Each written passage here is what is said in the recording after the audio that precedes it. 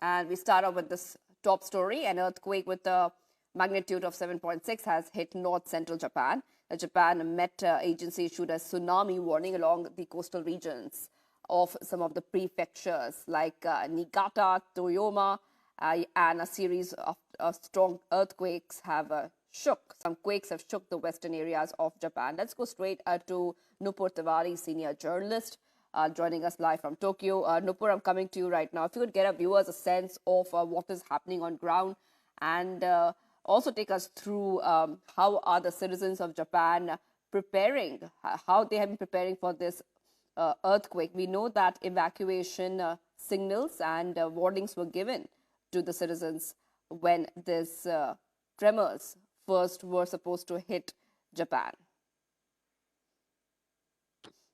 Yeah, the western coast, western Japan is definitely 7.6 magnitude. It's not a it's not very I would say like one of the biggest earthquakes. You can say it would have been really disaster for other countries, but Japan is quite ready.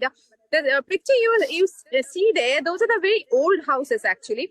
They are very old houses, and that is the reason they could not take that.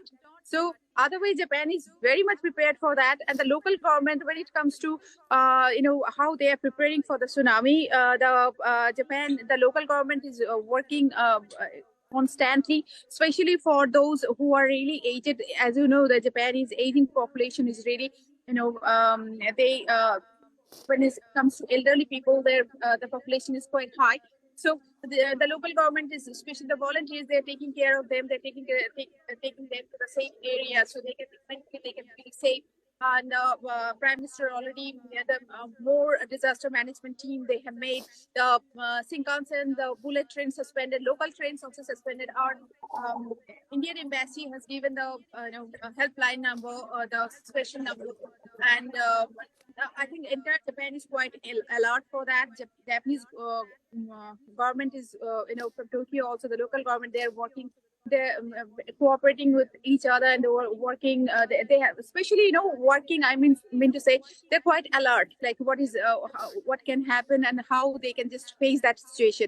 And here the life is other parts of Japan life is quite normal. As I said, in my previous life also, that Japan celebrate New Year not like any other country. Japan celebrates it very traditionally. They just the other parts of Japan, wherever they are, they go back to home. Isika prefecture, Toyama, all those prefecture, they go back to their the grandparents' home.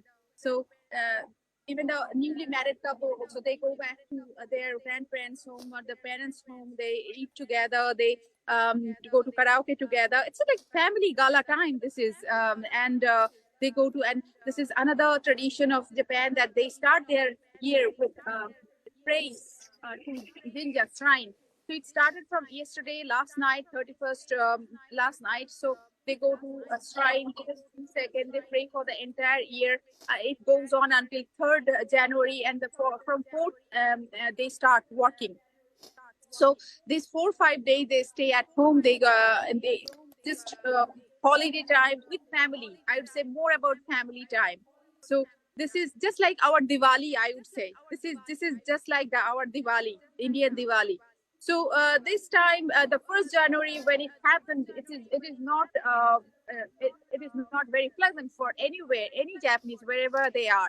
It is, they feel disappointed, they feel sad that the year started like that. But again, I would say Japanese are very mentally strong, and they just they in Japanese they say maya muki, like you have to think positive for the how you can tackle, or how you can just that situation can be managed. So with that attitude, local government, the central government also, they're working, they're cooperating with each other, they're alert, they're taking care of the situation, they're taking care of the people, elderly people, taking them to the evacuation center. And so this is those areas, tsunami alert is quite high though. And the local schools, wherever people can go.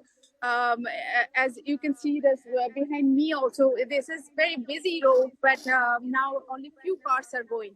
So people are mostly at home, either at home or just they went back to their, those small places like Ishikawa Prefecture, Toyama Prefecture, Fukui Prefecture, Niigata, those small places, because the mostly people from those places, they work here in Tokyo or Yokohama or Osaka. So very disappointing, very shocking, very sad thing that 1st January started with that. But I think that nature will be kind to Japan, and with that, uh, Mayamuki, philosophy, Japan will definitely will manage. And tsunami warning is there, but we are constantly I'm constantly talking to the people there, whoever I know, my friends, and NHK News. I'm watching constantly. So let's see. We can just wait and watch that and pray. That I think Japan needs a lot of prayers from around the world that it doesn't happen, and things can be totally fine by tomorrow. So otherwise, those houses which are actually old houses are broken. Those are uh, you cannot help. Some houses are really Right. really really, they are old. Otherwise, Japan is, as I said, Japan is very very very well Right. prepared for the earthquake.